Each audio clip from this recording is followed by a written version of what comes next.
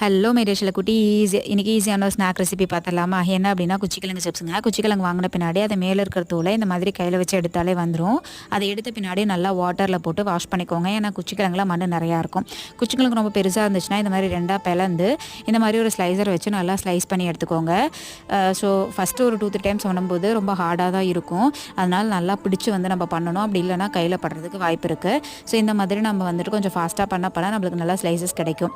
அந்த மாதிரி ஸ்லைசஸ் கிடைச்ச பின்னாடி வடை சட்டி ஒன்று வச்சு அதில் வந்துட்டு ஆயில் கொஞ்சமாக ஊற்றி ஒவ்வொரு ஸ்லைசஸாக வந்து நம்ம போட்டுகிட்டே வரணும். ஸோ அந்த பேன் வந்து ஃபுல்லாக நம்புற அளவுக்கு நம்ம அந்த ஸ்லைசஸ் வந்து போட்டுட்டு இந்த மாதிரி ஒரு அரிக்கரண்டி வச்சு நல்லா திருப்பி போடணுங்க.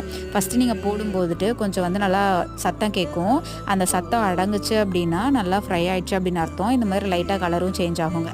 அது போட்டு எடுத்துட்டோன்னா ஈஸியான குச்சிக்கிழங்கு ரெசிபி ரெடி. இந்த மாதிரி உப்பு மிளகாத்தூள் போட்டு ஒரு சம்பளத்தில் நல்லா குலுக்கி எடுத்தோன்னா சூப்பரான ஸ்நாக் ரெசிபி ரெடி.